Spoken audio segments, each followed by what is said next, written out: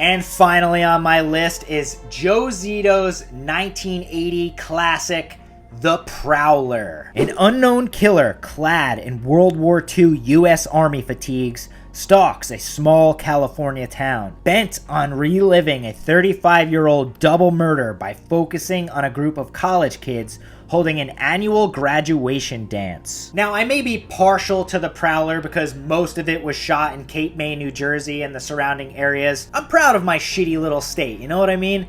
I think The Prowler kind of gets overlooked when we're talking about slasher films. Tom Savini's gore gags in this are some of the best ever put to film, in my opinion. And the fact that they almost get like drawn out and made longer almost makes you like wince in pain waiting for them to end. Especially the kill, like when the Prowler is sticking the knife through the guy's head and he's just like twisting his head until his eyes goes white, kept on the screen for so long that it makes you uncomfortable.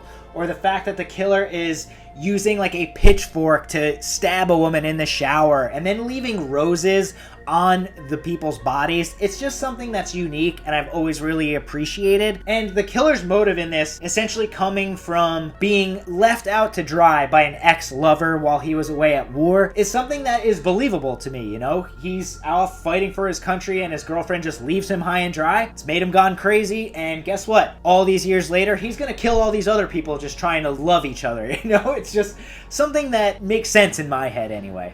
Tom Savini's gore gags in this, it's some of his best work to date. If it's something you've noticed, and a lot of the films I've talked about today did a lot of the effects work for a lot of 80s films. The godfather of gore himself, Mr. Tom Savini, the fucking maestro of splatter. Him and Joe Zito would also work together later in 1984's Friday the 13th, The Final Chapter, which I'm obviously not including in my list. But if I did, honestly, it could be my #1 favorite slasher film of all time, because to me, it is the ultimate slasher film. The Prowler predates that, and it is almost like a precursor to how great the slasher genre would become. And a lot of people will say it's a little boring, it's a little slow, but I kind of always liked the pacing, you know? It takes its time. It's everything I really want from a film in this subgenre.